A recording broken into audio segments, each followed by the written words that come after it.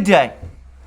Before I start this video, just a reminder again to those who are watching us via Rumble, where many of our videos now appear on the home screen, that if you go to the top right-hand button, if you're watching a video of ours on Rumble, you will find a red maroon button that will take you directly to our locals page, where if you wish you can become a member of our thriving community there. So you can do that if you watch Duran videos, Alexander Mercouris videos and Alex Christoforou videos. And if you want to find me on Rumble, well, all you need to do is to type my name, Alexander Mercouris, in the search bar. Right, well, this is going to be a relatively short video because I'm under some time pressure today, but in fact, it's not going to need to be a particularly long video because the big news today is that in all substance there is in fact no news. Today is of course Wednesday 16th February, at least this is the day that I'm making this video. This was supposed to be the day of the great Russian invasion of Ukraine. Some parts of the Western media even gave the precise hour when this invasion was going to start, which was 3 a.m. presumably Ukraine time. Anyway, that time has come and gone. There's no sign of this invasion. There's no sign of the false flag that some people have been warning about either, by the way. And the Russians, for their part, have spent much of the day hooting their derision. So we've had comments from the rather formidable press spokesman at the Russian Foreign Ministry saying that she would like the Western media to make clear to her exactly which days the invasion is supposed to happen so that she can arrange her vacations around those days. And we've had also Dmitry Peskov, Putin's spokesman, saying that he and Putin exchange a joke with each other, that Peskov should be on hand to ring Putin when the invasion finally takes place. So much mockery and derision from the Russians, which has been happening over the last few hours. In the West, the response, unsurprisingly, has been different. First thing I'm going to say is that it's very interesting to see that all these big news media outlets, Bloomberg, Forbes, the New York Times, the Washington Post, the Guardian, the Telegraph, all of these people have not so far come along and said that their report that the war was going to start, the invasion was going to start today, Wednesday, 16th February, was actually wrong. They haven't actually gone back and retracted their previous comments. They just don't refer to them. It's like those comments have vanished into a memory hole, and I suspect that's where they're going to remain. But perhaps an even more interesting response is the fact that Western governments don't seem to be at all happy that this great invasion isn't happening. When I say Western governments, I should perhaps make it clear that what I am referring to is the British and American governments and, of course, the NATO headquarters. So we've had comments from Joe Biden, President Biden, who still talks about the invasion still being likely or possible or capable of happening at any time. We see the Americans saying that they see no signs of any de-escalation, despite the fact, as I said, that the invasion hasn't happened.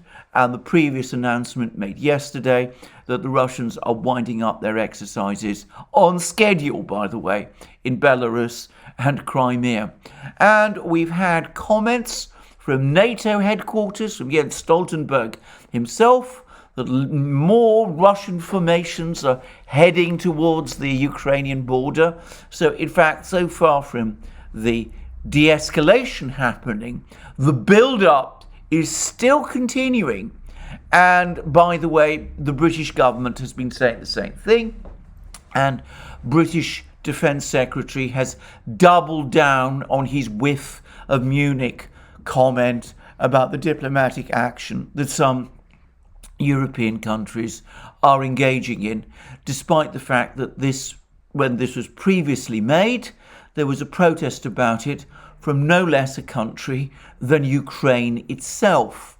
And in fact, we've had comments about this very strange reaction from the Western governments. You'd have thought that the Western governments would be delighted and happy that this war that they've been warning about hasn't happened. Well, we've had a comment about it again from Maria Zakharova, though she's careful not so much to talk about Western governments as the Western media. She says, to the regret of many Western media, once again the war failed to begin. They'd gone to great lengths trying to make it a reality. Possibly their pages were scenes of ferocious battles, but all this has nothing to do with reality. In the previous days, no war happened, but they don't get upset and keep waiting for it. With a tenacity worthy of a better cause. For the first time ever in the history of humanity, not only a suspect aggressor country, whose role was assigned to Russia, but also a potential victim country, whose role was assigned to Ukraine, both denied all plans stubbornly dictated for them by the Anglo-Saxon mass media. And she went on to say that though Russia and Ukraine adhere to fundamentally different views on many issues, they both symmetrically stated that there were no facts indicating preparations for an invasion or a war of any kind. So that's all I'm going to say about this. It's clear that there's not going to be a war today. There's not been any great false flag for the moment. As I've said, the possibility of false flags remains very real, and the possibility of some kind of foolish action by someone in eastern Ukraine can never be discounted. But if we are looking at this from a Ukrainian point of view, I don't really understand the logic of triggering a war in eastern Ukraine when the only consequence is the destruction of Ukraine itself, and for no better reason than that the West should be able to impose sanctions, which even many in the West are now admitting are going to be ineffectual. And by the way, on that topic, we've now had a comment from Klaus Knot, who happens to be the chairman of the Dutch Central Bank and the chair of the Financial Stability Board, which the Financial Times says is the world's most powerful financial watchdog. And he has called on Western leaders to think twice before imposing sanctions on Russia, warning that the most punishing penalties run the risk of undermining global stability. And the Financial Times talks about how Mr. Knot has specifically warned against suspending Russia's access to the SWIFT international payment system. And he says, when applying severe measures, one should always think twice and always be aware of consequences. And he then went on to say, or was reported by the Financial Times as warning that cutting off Russia's access to SWIFT, though under discussion, would be a mistake, because it might have some financial ramifications, and I would urge policymakers to take that into account, that removing Russia's access to SWIFT would create severe operational problems for banks which are cut off from the network. He means Russian banks, but it would not in itself prevent them from dealing with other lenders around the world. But such a move might spur Russia to step up efforts to develop alternative systems. It has already formed an alternative messaging system called SPFS, although this is less capable than the SWIFT network. Well, as to that last point about how capable or not SPFS actually is, we don't really know.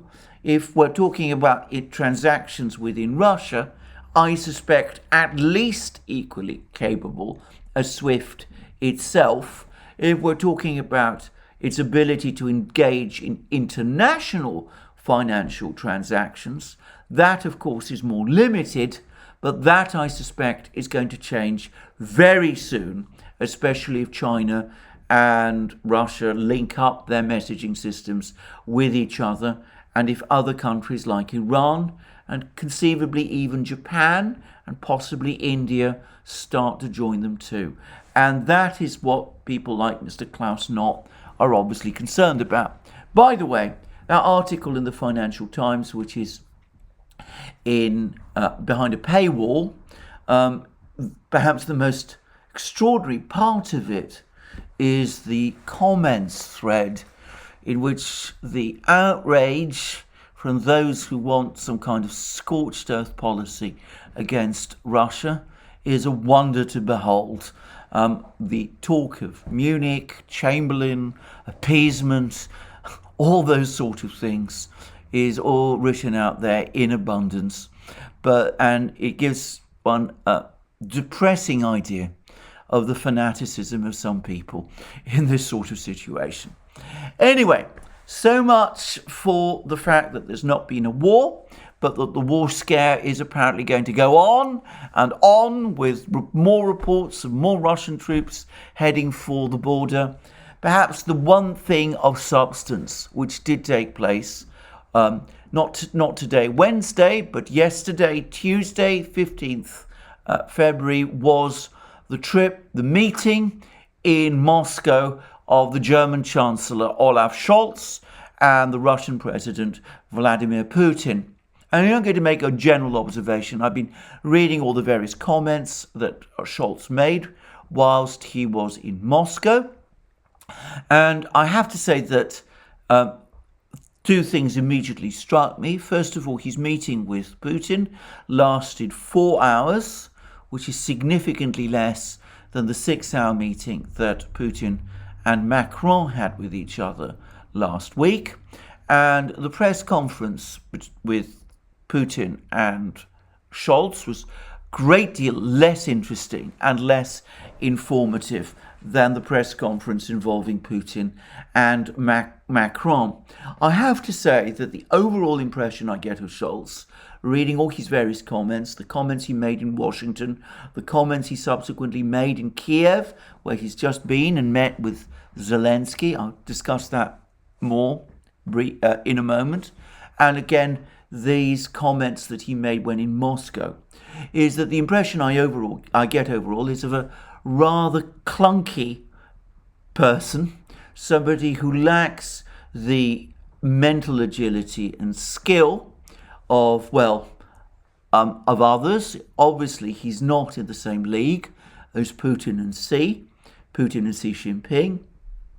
Frankly, he's not really on the same level as Macron either, or even his own serpentine predecessor, Angela Merkel. I have to say that he comes across as clunky and worthy, and perhaps, dare I even say it, a little dim. Anyway, that might be unfair. He could be very inexperienced, and of course he's severely boxed in what he has to say. So of course he had to tick all the boxes. He had to talk about Navalny, though he did so without much conviction. He brought up the topic of Memorial. This is a Russian NGO which the Russians have closed down because, as far as they're concerned, it's transformed from being a historical an NGO concerned with historical matters into a political entity funded by from abroad, and therefore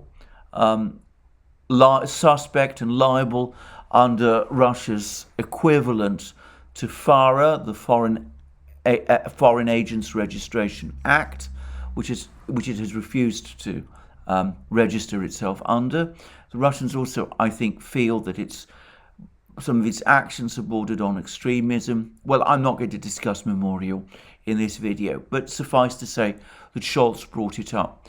And he tried to defend NATO's war against Yugoslavia, which is, I think, an extremely ill-adroit thing to do while in Moscow, and it provoked a rather acid comment from Putin. Scholz said that there was a genocide going on in Yugoslavia and that the war that was fought in Yugoslavia was intended to prevent a genocide. And Putin stepped in and said, well, Russia considers that there's a genocide taking place in the Donbass. So there we are. So I think that was a very ill-advised thing to say in Moscow to a Russian audience, given how strongly Russians, not just elite Russians, but Russians generally feel about that war in 1999, that Yugoslav war in 1999. Anyway, the most interesting comment by far came at the end, in which he talked about the Minsk agreements and about the issue of Ukraine's admission into NATO. And he said the following. This is Scholz. It is necessary to prevent the emergence of a dangerous situation, which all of us would like to avoid. Everyone ought to know that there are major shifts and points of reference for further talks. The first thing to do is to solve the Ukrainian problem with a focus on the Minsk agreements. The Minsk process is afoot and everyone should abide by it. All of us must have the will to talk to each other. This also concerns the differing positions on NATO expansion. Now, this is not entirely clear, but the comment, everyone should abide by it, I have to say, does look like a reference to Ukraine. And at another point in his comments, Scholz said that the Ukrainians, in place of this law on local government in Donbass that they had proposed, and which they put before the Rada, and which Macron persuaded them to drop, that they're now proposing to put forward a package of further laws, but that before those laws are presented to the Rada, they would be shown to the contact group, the tripartite contact group, presumably for discussion there. And it's important to say that the contact group is a grouping that is intended to mediate the strengthening of the ceasefire in Donbass, and the representatives, the leaders of the two Donbass republics, the Donetsk and Lugansk People's Republics, participate in the work of this contact group. So it looks like some kind of a roundabout way of getting some kind of negotiations between the Ukrainians and the leaders of the Donetsk and Lugansk People's Republics underway.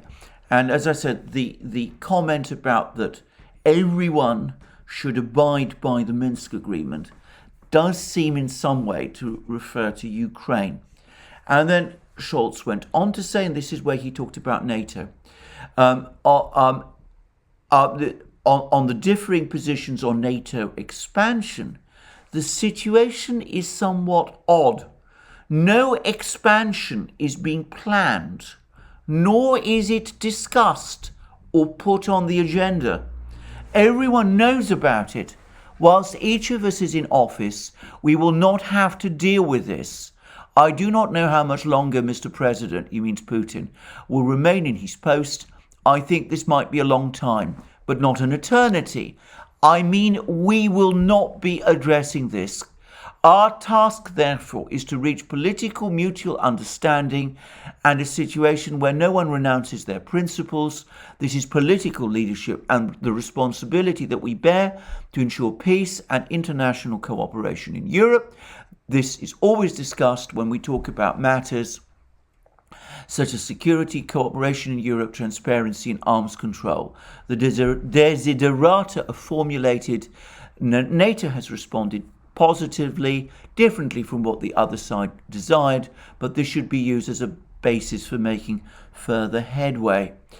And there's been further reports that on the plane flying back from Moscow to Berlin, Scholz apparently told the German media that there was absolutely no sense having a war in Europe over Ukraine's membership of NATO, given that that membership isn't going to happen.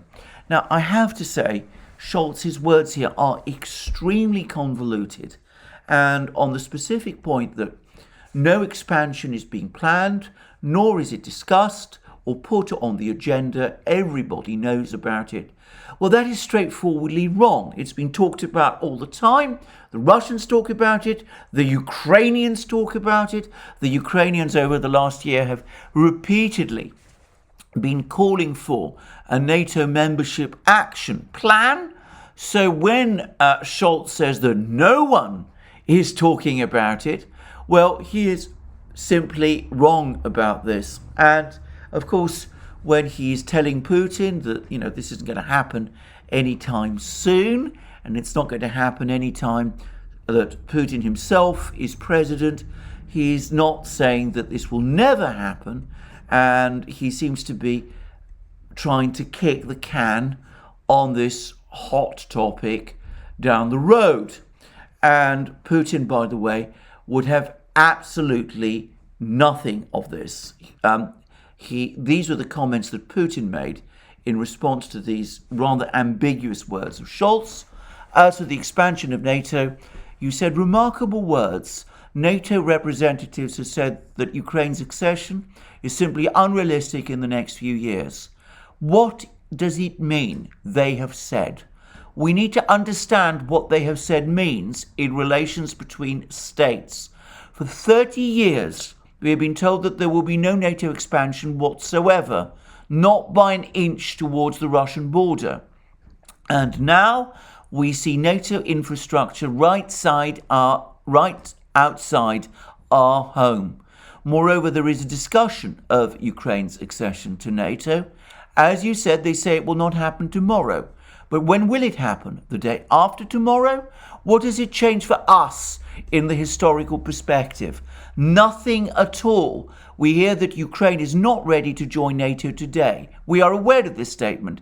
Then they say immediately that NATO will not accept it tomorrow. Will they accept Ukraine once they have prepared it for accession? It may be too late for us then. So we want to address this issue now, right now, immediately, through negotiations and by peaceful means. This is our understanding of the process, and we really hope that our partners will hear our concerns and take them seriously. So, as you see, Putin is having absolutely nothing of this. Scholz is coming along telling Putin, well, there's not going to be NATO membership of Ukrainian membership of NATO anytime soon. It's not on anyone's agenda. What are you worried about? And Putin comes back and says, thank you very much. We know all that. We've heard all that. We've heard the same thing said to us before. We're not prepared to accept it this time. We've been given all kinds of promises which weren't kept. This time we insist on a binding commitment, and we want it now. So it's interesting to see the dynamic, and I have to say that it does seem to me that Scholz here is a little bit on the back foot, because of course if he says that NATO membership for Ukraine is not on the agenda, which is what he said, then why doesn't he straightforwardly agree to this and say so in a written document, a treaty, an agreement, call it whatever you will, with the Russians, which, as Putin also pointed out over the course of this press conference, would not in fact contradict the provisions of Article 10 of the Washington Treaty in any respect. Well, the overall impression I get from Scholz's visit is that the Germans are keen to keep diplomatic action going. They are extremely worried and very frightened about the possibility of a war. They clearly want to cling on to Nord Stream 2. This is also something that came across very clearly from this press conference. Scholz, by the way, did mention Nord Stream 2 by name over the course of this press conference, but they are not yet able publicly to break with the Americans on this issue, because of course they are afraid of what the American reaction might be. Anyway, all of this has been picked up in London, and it seems to have been what again provoked Ben Wallace to come up with his whiff of Munich comments. I would add that, of course, Scholz, before meeting with Putin, also met with Zelensky. Many people have commented on how shaken and exhausted Zelensky looked over the course of the press conference that followed. Again, very little light was cast on what was said, but again, I got the strong impression that the Germans are now pushing the Ukrainians, doing what they should have been doing over the last 8 years. They've been pushing the Ukrainians to move forward with Minsk, to start working towards granting that autonomy to the Donbass, agreeing the terms of that constitution, do all those things which they should have done over the last 8 years. And of course, the Ukrainians are very, very unhappy about that indeed, but that there is very little that they can do. And of course, in addition to that, and at the same time, Scholz will surely have told Zelensky the same thing that he told Putin, which is that so far as Germany is concerned, Ukraine's membership of NATO is simply not on the agenda. So that probably explains why Zelensky was looking upset and stressed and tired. Though I have to say that Zelensky has much cause to be upset and stressed and tired over the last few days, because of course, even as the Russians have been confirming that their exercises in Belarus and in Crimea are winding down, the great retreat from Kiev, the escape from Kiev, if you like, continues. More and more people are scuttling away. It's now clear that the entire US embassy in Kiev is being closed down. It seems all the computers in the embassy have been destroyed. All the printing is happening. And of course, we're getting reports that all sorts of oligarchs, business people are now busy flying out of Ukraine as fast as they can. There was even a list on a pro-Russian website. I'm not going to repeat the list of which particular oligarchs have left. The three most important, Rinat Akhmetov, Pinchuk and Kolomoisky, were not, as it happens, on that particular list. But I understand that Akhmetov and Pinchuk have indeed left, and Kolomoisky, I believe, is in Switzerland. So they are not in Kiev either at this time. And perhaps even sadder, it seems that the Ukrainian parliament, which was supposed to meet on Tuesday, was unable to meet because more than half of the MPs, the delegates, the deputies have fled, or at least were not available, so that the parliament wasn't able to obtain a quorum. So it's quite a sad story, and of course it's been reinforced with reports which I've seen in various places, which I'm not able to confirm or discuss in any meaningful way, about mysterious black painted stealthy helicopters flying into Western Ukraine and evacuating people who turn up in black SUVs. Things that, as I said, no doubt are going on all over the place, right across Ukraine, but I can't really decipher or understand because I just don't have the information to comment upon them. I'm going to finish with one further point. If the Western powers want to destroy Ukraine.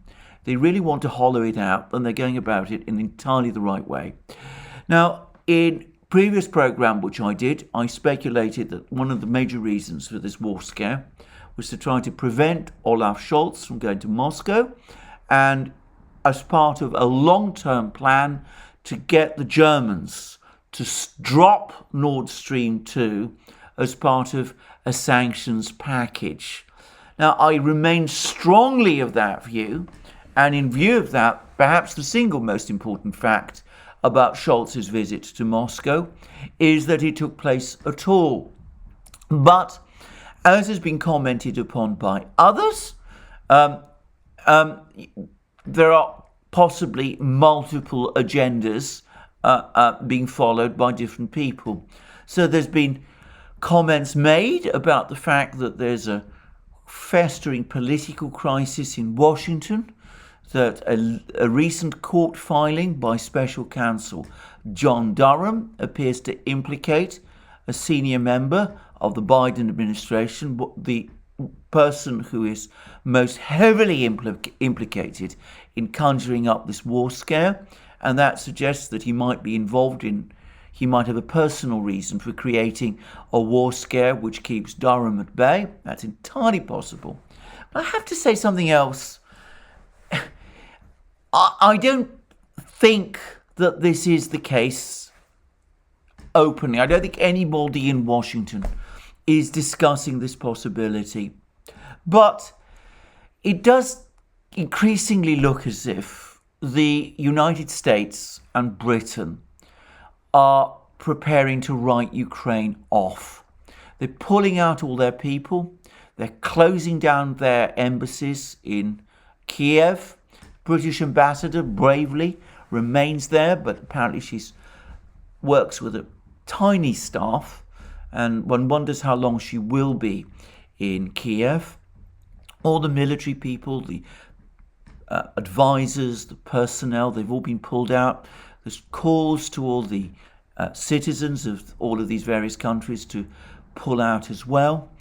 Kiev is emptying, and of course the business people have left, the oligarchs have left, many of the MPs have left. This goes on for very much longer. If this pressure continues, one wonders what might happen. I mean, might the ministries start to relocate to Lvov as well? Might we see a pullout of the government from Kiev? Might it relocate to Lvov?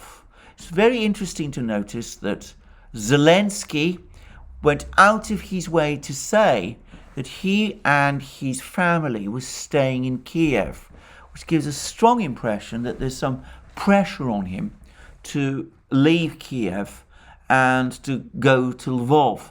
Well, he's resisting that. I do wonder whether somebody hasn't, at some level, made a decision that the Ukrainian government should relocate to Lvov as well, on the Polish border, with a sort of holdout area in western Ukraine, and the rest of Ukraine being abandoned. And that might fit in with a kind of pattern which we've seen in previous places, especially since the current administration took office. After all, in Afghanistan, they pulled out suddenly, as we've said in our videos, particularly on our Duran videos, like thieves in the night, abandoning the Afghan government to its fate. Eventually, the president of Afghanistan, Mr. Ghani, Ashraf Ghani, fled. Most of the ministers fled as well, and the government eventually collapsed, and the whole country eventually fell to the Taliban. And then the United States went ahead and imposed sanctions on the country, apparently looking to make it some kind of a desert. And I do wonder sometimes whether perhaps, without this perhaps being discussed or spoken about, something like a similar agenda isn't now being followed with Ukraine. Abandon Ukraine, abandon all the areas of central Ukraine, the Donbass, the central regions like Kiev, the great port city of Odessa, Nikolaev, Kherson, all of these places, they're clearly undefendable. They've been pillaged of all that they reasonably have. Abandon them to their fate. Let the Russians move in, and then impose sanctions. In other words, repeat the same pattern as the pattern we saw with Afghanistan. And then try and preserve some kind of a rump state in Western Ukraine, in Galicia. Agitate to ensure that this particular rump state retains Ukraine's seat in the United Nations, and talk up the story of Russian aggression against Ukraine, an aggression which wouldn't really have happened, because in that situation the Russians would simply move in, or would be compelled to move in to fill a vacuum that had been created. Well, I want to stress again, I'm not saying that I have any knowledge of this. This is just speculative. And it's possible, I think it's most unlikely, by the way, that this has been openly talked about in Washington. I'm sure that nobody in Washington is openly speaking about this. But if you look at what is happening on the ground, it is increasingly looking as if something like that is being prepared and underway. If so, then I have to say straight away that all this talk, all these negotiations that Macron and Scholz may be engaging in with Putin, all of these are a complete exercise in futility, a complete waste of time, because long before they are ever concluded, there will be no Ukraine left to save. Well, thank you very much for joining me today for this program. I look forward to you joining me again in future programs, both on this channel and on our main channel, the Duran. And also, please remember to check out Alex Christoforou, my colleague and friend's channel as well. And remember that you can find us on Rumble, as I said. And of course, if you go to Rumble, you can go straight to our locals page. And we are now active and busy on our locals page. We publish a lot of exclusive content there. We have an active community there, a thriving community, which you can join. You can publish your own exclusive content. You can participate in our community on locals. And you can find the links, and you can also go to us via Rumble, as I said, by looking up our videos there and pressing the red maroon button, as I mentioned at the start of this video. And of course, we're also on multiple other platforms, including, I should say, the new free speech platform SuperU, about which we're also very excited. And you can support our work, if you like it, via Patreon and Subscribestar. And of course, you can go to our shop, where all sorts of exciting new products are now available. There's bomber jackets, there's, as you can see, new sweaters, and of course there's our famous magic mugs, our hats, our t-shirts, and all sorts of other great things available there too. Last but not least, please remember to press the like button to this video if you've liked this video, and to check your subscription to this channel. Thank you for joining me again today.